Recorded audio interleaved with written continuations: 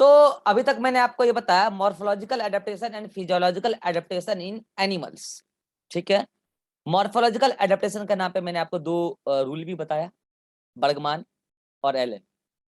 और morphological adaptation में मैंने आपको दो एग्जांपल भी समझाया, दो क्या दो तीन एग्जांपल समझाया। एक समझाया स्टारफिश वाला वार्म रीजन में, याद आया, और पोलर बियर स्मॉल रीजन में, सॉरी कोल्ड रीजन में, ठीक है, और वो वाला हॉट रीजन में स्टारफिश, कैमल एक्सेप्शन, ये सब बातें हुई मॉर्फोलॉजिकल एडेप्टेशन इन एनिमल्स।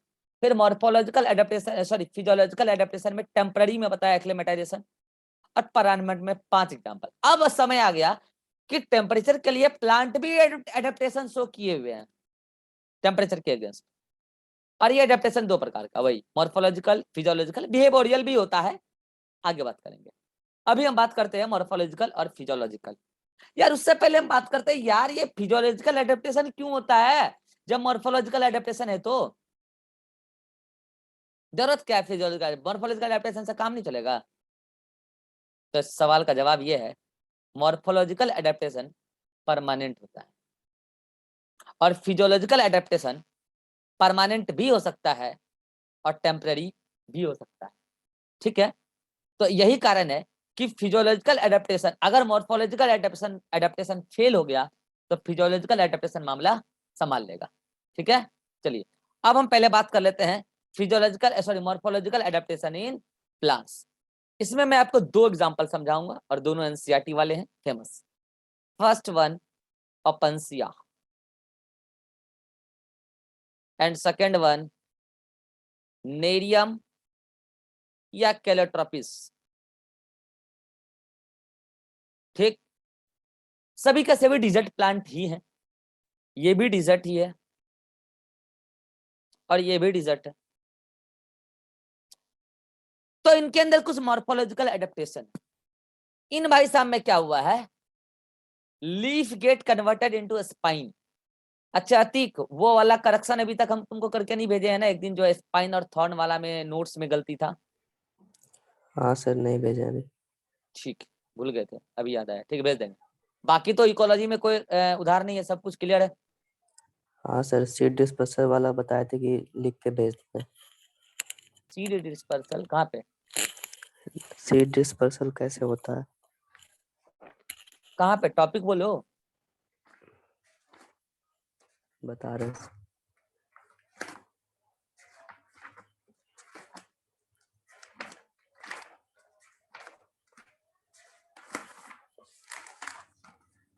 वो सर जब बता रहे थे पॉलिनेशन ऑफ युक्का प्लांट में ना, अच्छा, फिग ट्री वाला जो एग्जांपल ओहो हाँ बताए याद आ थे। गया, हाँ हाँ याद आ गया, याद आ गया, याद आ गया, हाँ, ठीक हम्म। ठीक ठीक। ठीक है, म्यूचुअलिज्म में, हाँ सर। ठीक है, भेज देते हैं। वो थोड़ा हम अपने काम को लेके बिजी थे, ध्यान से उतर गए, ठीक है। चलो, तो मैं ये कह रहा था कि ओपेंसिया में leaf get converted into spine, याद करो मॉर्फोलॉजी में भी बताए थे, spine is the modification of leaf. Leaf तो पूरी तरीके से स्पाइन बन गया। अच्छा, इससे इससे इससे क्या हुआ, इससे ये हुआ कि लीफ ना रहेगा और ना ही ट्रांसपीरेशन होगा। अब मुझे बताओ, ट्रांसपीरेशन को रिड्यूस करना ताकि वाटर लॉस कम हो, क्योंकि डिजर्ट में उग रहा है, फिजियोलॉजी या मॉर्फोलॉजी? अरे भैया यहाँ स्ट्रक्चर मॉडिफाई हुआ है, ठीक है, स्ट्रक्चर के मॉडिफाई होने से फिजियोलॉजी इफेक्टेड हो रहा है, लेकिन मॉडिफिकेशन किसका है, मॉडिफिकेशन यहाँ पर स्ट्रक्चर का है। Leaf leaf leaf modify into spine spine spine. हाँ ये सच बात है कि ऐसा इसलिए हुआ क्योंकि ट्रांसपिरेशन कम करना था। तो ट्रांसपिरेशन कम करना तो पर्पस है, अडेप्टेशन वो थोड़ी है, वो तो पर्पस है। एडेप्टेशन तो ये है कि लीफ कन्वर्ट हो गया स्पाइन में। तो बच्चे इसको लेके कंफ्यूज हो जाते हैं, बोलते हैं आके सर ट्रांसपिरेशन डिक्रीज हुआ है, ये तो फिजियोलॉजिकल एडेप्टेशन। अरे मेरे भाई, फिजियोलॉजिकल एडेप्टेशन नहीं है, बायोकेमिकल चेंज कराते ट्रांसपिरेशन को कम करने के लिए, तो फिजियोलॉजिकल एडेप्टेशन होता। ट्रांसपिरेशन कम करना तो पर्पस है, यहाँ एडेप्टेशन तो लीफ का कन्वर्ट होना स्पाइन में, ये एडेप्टेशन है। अच्छा, तो फिर बच्चों के मन में आता सर फिर यहाँ फोटोसिंथेसिस कौन करेगा, बता चुका हूँ, कोई बताएगा? फोटोसिंथेसिस स्टेम करता है, स्टेम। बहुत बढ़िया। स्टेम क्या करें। कहते हैं उसको, क्या कहते हैं उसको? फाइलोक्लेड। फाइलोक्लेड। फाइलोक्लेड। पिल्लोक्लेड, पिल्लोक्लेड। जो कि याद करो मैंने बोला भी था फ्लैशी होता है, याद आया, थिक होता है, ग्रीनिश होता है और लीफ लाइक एक्ट करता है। ये लीफ नहीं है, ये स्टेम है। तो ये स्टेम मॉडिफिकेशन में बताता है फिलोक्लेड। मतलब स्टेम फिलोक्लेड इसलिए बना क्योंकि leaf get converted into spine to decrease the transpiratory water loss. अब बच्चा बोलेगा सर बात तो वही पड़ गया, जब फिलोक्लेड ग्रीन है तो उसमें भी क्लोरोप्लास्ट होगा, क्लोरोफिल होगा, तभी वो ग्रीन है। तो सर उसमें भी स्टोमेटा होगा, तो वहां पे भी ट्रांसपिरेशन का लॉस होगा। अरे नहीं यार, स्टोमेटा लीफ में होता है, स्टोमेटा स्टेम में बहुत कम होता है बहुत कम होता है, क्योंकि without stomata gases exchange possible नहीं है। तो इस फिलोक्लेड में नंबर ऑफ स्टोमेटा कम है। अगर ये लीफ होता तो नंबर ऑफ स्टोमेटा ज्यादा होता, लीफ को खत्म कर दिए, स्पाइन रहा, और फिलोक्लेड में नंबर ऑफ स्टोमेटा कम, तो इसकी वजह से क्या हुआ यहाँ पर ये ओवरऑल ऐसा है कि उसका वो ट्रांसपिरेटरी वाटर लॉस कम। और फिलोक्लेड में जो स्टोमेटा होता भी है वो एक खास प्रकार का स्टोमेटा, अभी नाम बताएंगे उसका फिजियोलॉजिकल एडेप्टेशन में, ठीक है। तो आप बस इतना ध्यान रखो, मॉर्फोलॉजिकल एडेप्टेशन में leaf get converted to spine, मामला सेट है। अब आते हैं नेरियम। नेरियम कनेल जानते हो, कनेल, कनेल जानते हो ना, वो भी ज्यादातर जीरोफिटिक प्लांट की काउंटिंग में आता है, उसका कई सारा स्पीशीज होता है कनेल का, ठीक है। केलोट्रोपिस पहले भी बताया, सब डिजर्ट प्लांट है, मतलब कि जीरोफिटिक प्लांट है। डिजर्ट क्या, जीरोफिटिक लिखो, जहां पे भी ऐसा इलाका होगा जीरोफाइट्स, मतलब सूखा इलाका, वहां उग जाएगा जीरोफाइट्स, चाहे वो डिजर्ट हो या कोई और इलाका हो, ठीक है वहां। अब वहां क्या एडेप्टेशन है, लीफ तो है, लेकिन देखो भैया लीफ में क्या होता है ना, सबसे बाहर की लेयर कहलाती है एपिडर्मिस, ठीक है, आपको एनाटॉमी में पढ़ेंगे। तो मान लो कि ये लीफ है, ठीक है, ये लीफ है, तो लीफ के जो ऊपर का इलाका है ये, उसमें जो किनारे किनारे हैं सेल, उसको बोलते हैं एपिडर्मिस। क्या बोलते हैं, एपिडर्मिस। और यहीं पे लगा होता है स्टोमेटा। लेकिन पता है ऐसे लीफ जो नेरियम या कैलोट्रोपिस के, उसका लीफ मल्टी लेयर होता है, उसका एपिडर्मिस मल्टी लेयर होता है। In general epidermis multi layer नहीं होता है, लेकिन नेरियम या कैलोट्रोपिस में एपिडर्मिस मल्टी लेयर्ड एपिडर्मिस, ठीक। और दूसरा देखो होता क्या है कि मान लो कि अगर ये लीफ है तो उसका एक अपर सरफेस होता है और एक लोअर सरफेस होता है, ठीक है। आपको बताया भी है मॉर्फोलॉजी में, एडेक्सियल, अबेक्सियल, हेलो, एडेक्सियल, तो जो ऊपर वाला सरफेस है एडेक्सियल, इन जनरल एडेक्सियल पर ज्यादा अगर हो क्लोरोस्टोमेटा का नंबर तो उसको बोलते हैं एपीस्टोमेटिक कंडीशन, ऊपर की तरफ स्टोमेटा ज्यादा है, नीचे तो उसको बोलते हैं हाइपोस्टोमेटिक कंडीशन, और दोनों तरफ बराबर है तो उसको बोलते हैं एम्फीस्टोमेटिक कंडीशन ऑफ लीफ। तो एस्टोमेटा से ही गैसेस एक्सचेंज भी होता है CO2 O2 का, और उसी से वाटर का ट्रांसपिरेटरी वाटर लॉस भी होता है। तो अगर ऐसे प्लांट जो जीरोफाइट हैं वो अपने एडेक्सियल सरफेस मतलब ऊपर की तरफ नंबर ऑफ स्टोमेटा ज्यादा रखेंगे तो ट्रांसपिरेटरी वाटर लॉस ज्यादा हो जाएगा, हीट ज्यादा है, वाटर लॉस भी ज्यादा हो जाएगा, और धरती में पानी भी कम है, प्रॉब्लम हो जाएगा। तो ऐसी पत्तियां क्या की है, ऊपर की तरफ स्टोमेटा कम कर ली है ही नहीं, स्टोमेटा केवल नीचे की तरफ है। तो मुझे बताइए ऐसे स्टोमेटा जो केवल नीचे की तरफ है उसको आप क्या बोलेंगे, हाइपो एस्टोमेटिक, क्या बोलेंगे, हाइपोस्टोमेटिक लीफ बोलेंगे कि नहीं बोलेंगे। स्टोमेटा लोअर सरफेस पर है, पहली बात तो ये। मुझे बताओ ये पूरा एपिडर्मिस मल्टी लेयर्ड है, पूरा एपिडर्मिस क्या मल्टी लेयर्ड है, चाहे ऊपर से हो चाहे नीचे से हो। तो मुझे बताओ 2-3 लेयर एपिडर्मिस के अंदर जाके कौन है, स्टोमेटा, एकदम डीप में। ये नॉर्मल लीफ रहता है ना तो यहीं पे हो जाता है स्टोमेटा, ये स्टोमेटा, लेकिन यहाँ ऐसा नहीं है, एकदम अंदर में डीपली सिचुएटेड स्टोमेटा है। और डीपली सिचुएटेड स्टोमेटा को कहते हैं सकन स्टोमेटा, क्या बोलते हैं, सकन स्टोमेटा, डीपली सिचुएटेड। अब आप ही लोग बताओ, स्टोमेटा से ट्रांसपिरेटरी वाटर लॉस होता है, लेकिन स्टोमेटा को पहली बार तो नीचे की तरफ लाया, मॉर्फोलॉजी या फिजियोलॉजी, मॉर्फोलॉजी या फिजियोलॉजी, मॉर्फोलॉजी। स्ट्रक्चर में चेंज हुआ है। दूसरा स्टोमेटा को डीपली सिचुएटेड रखा, मॉर्फोलॉजी या फिजियोलॉजी, मॉर्फोलॉजी। और दोनों का पर्पस वही है, ट्रांसपिरेटरी वाटर लॉस को कम करना, क्योंकि जीरोफिटिक प्लांट है। तो बताओ बेस्ट एग्जांपल ओपेंसिया और नेरियम। तो इससे बच्चा समझ लेता है कि प्लांट में केवल मॉर्फोलॉजिकल एडेप्टेशन जीरोफिटिक प्लांट में मिलता है? अरे ना रे, सब में मिलता है, हाइड्रोफाइट्स में भी मिलता है, मीजोफाइट्स में भी मिलता है। हम आपको पढ़ा रहे हैं जीरोफाइट्स क्योंकि एग्जाम में यही आता है और आपके सिलेबस में यही है। मामला सेट है। तो ये तो हो गया morphological adaptation against the temperature in the plant, क्योंकि ट्रांसपिरेशन, अगर टेम्परेचर ज्यादा है तो ट्रांसपिरेशन ज्यादा होता है, और जीरोफिटिक इलाके में टेम्परेचर ज्यादा होता है, तो ट्रांसपिरेशन घटाने के लिए मॉर्फोलॉजिकल एडेप्टेशन के नाम पे स्पाइन और हाइपोस्टोमेटिक स्टोमेटा, मतलब हाइपोस्टोमेटिक लीफ और सकन स्टोमेटा। ठीक है, अब आते हैं कहाँ, फिजियोलॉजिकल एडेप्टेशन, और इसमें भी पहला नंबर एग्जांपल ओपेंशिया ही होगा।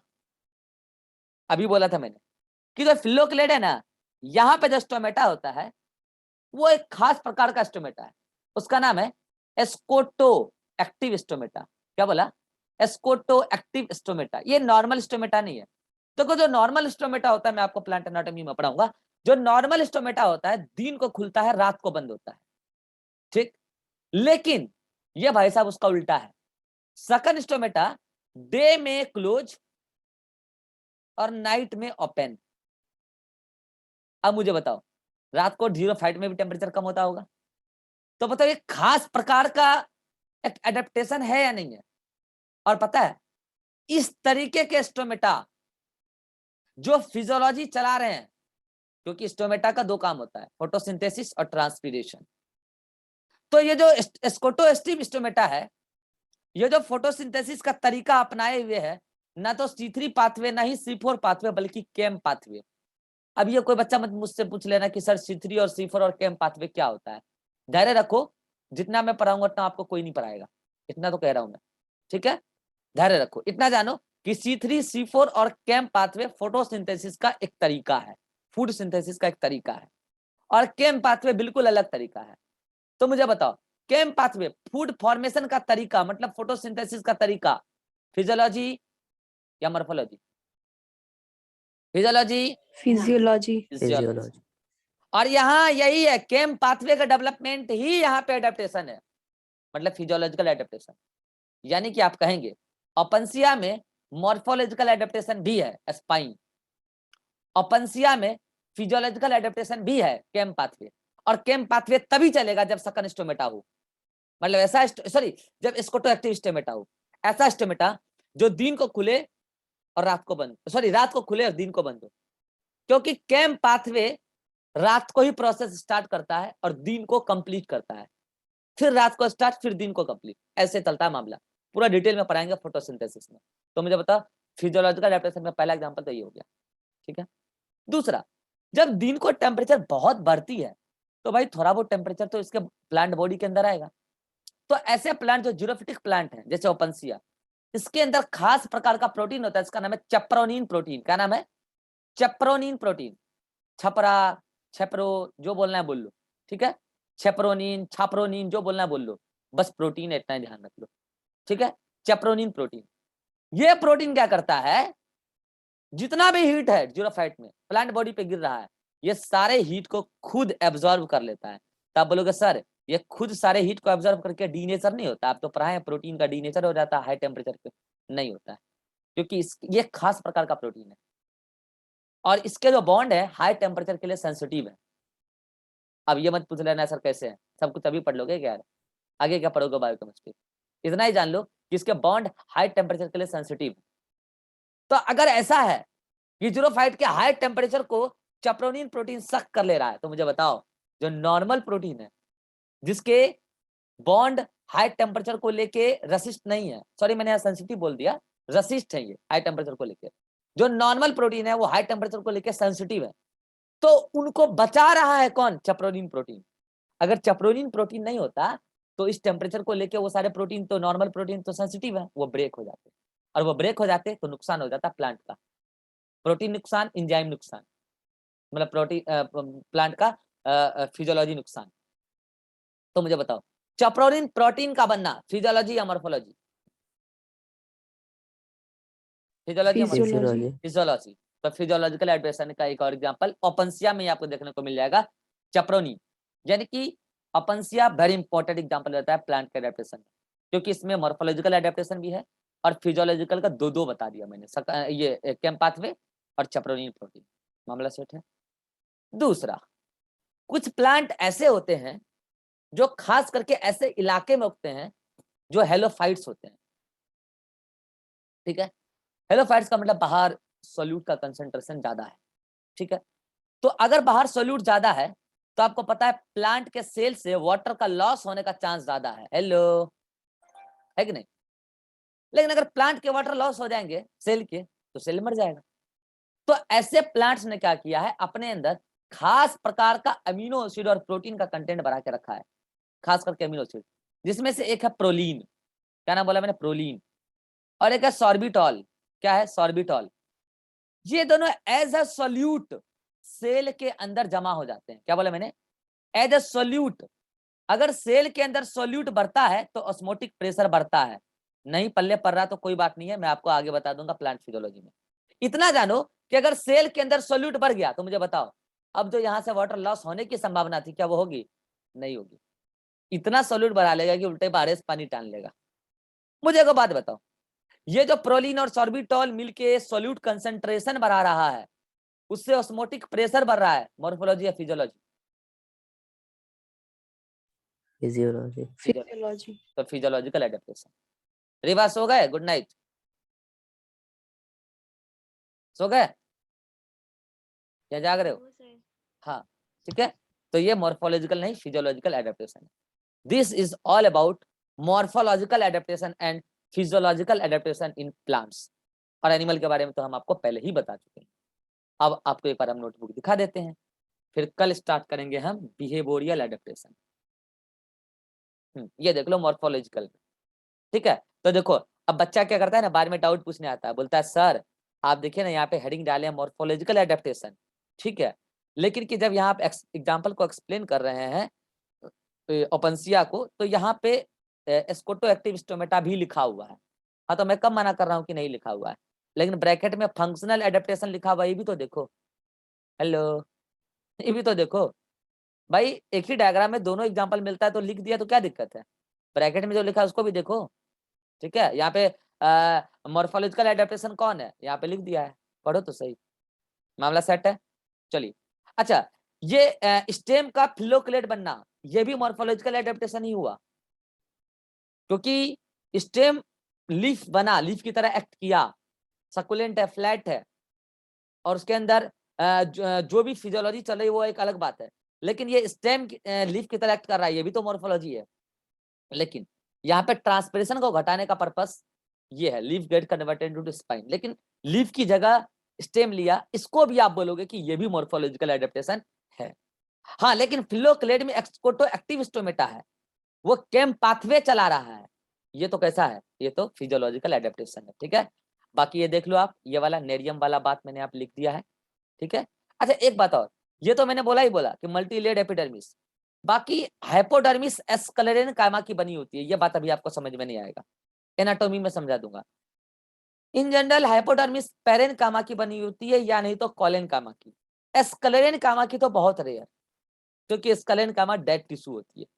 बात नहीं पल्ले पड़ रही होगी, कोई बात नहीं है, आपको एनाटॉमी में फिर से पल्ले पड़ जाएगी, बस इतना ध्यान रख लेना कि यहाँ पे ये जो मल्टी लेयर्ड एपिडर्मिस है और ये हाइपोस्टोमेटिक लीफ है, सकन स्टोमेटा है, ये सब कैसा है, मॉर्फोलॉजिकल एडेप्टेशन। एक बात और बताना भूल गया मैं, लीफ के ऊपर वैक्स का डिपोजिशन होता है जिसको बोलते हैं क्यूटिकल वैक्स, और ये भी मॉर्फोलॉजिकल एडेप्टेशन हुआ, ये भी और ये सब मॉर्फोलॉजिकल एडेप्टेशन हुआ, ठीक है। मामला सेट, एग्जांपल नेरियम और केलोट्रॉपिस। फिर आते हैं फिजियोलॉजिकल पे, समझा रखा है, देख लो, प्रोलीन, प्रोलीन और सॉर्बिटॉल, क्या है ये, अमीनो एसिड और ग्लिसरॉल वगैरह। प्रोलीन क्या होता है, अमीनो एसिड और ग्लिसरॉल का मिक्सचर होता है, ठीक है। तो ये कैसे प्लांट में मिलते हैं, मरीन प्लांट मतलब हेलोफाइट्स, ठीक है। तो वहां पे क्या करते हैं, सब मैंने यहाँ पे लिख दिया, ठीक है। उसका नीचे आ जाओ, वही बात फिर से मैंने यहाँ लिख दिया, जीरोफिटिक प्लांट ओपनसिया आ गया, scotoactive stomata, CAM pathway, chaperonin protein, heat shock protein, यहाँ जाके आपका मामला समाप्त होता है। This is all about morphological and physiological adaptation in plant. Any doubt? No sir. No sir. चलिए अब आ जाइए एनसीईआरटी पे। यार लाइट चला गया, चलो क्लास हो गया बढ़िया, वाला laptop page number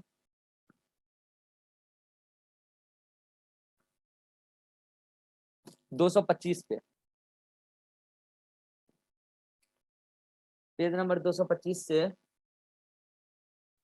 page number 226। ठीक है, क्या पढ़ना है बता दे रहा हूं। यहाँ पे हेडिंग नंबर 13.1.3 से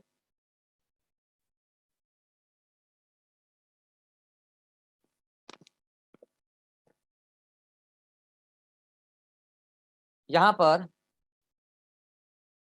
हेडिंग नंबर 13.2 के ऊपर तक पढ़ लेना, स्क्रीनशॉट लीजिए जल्दी फास्ट।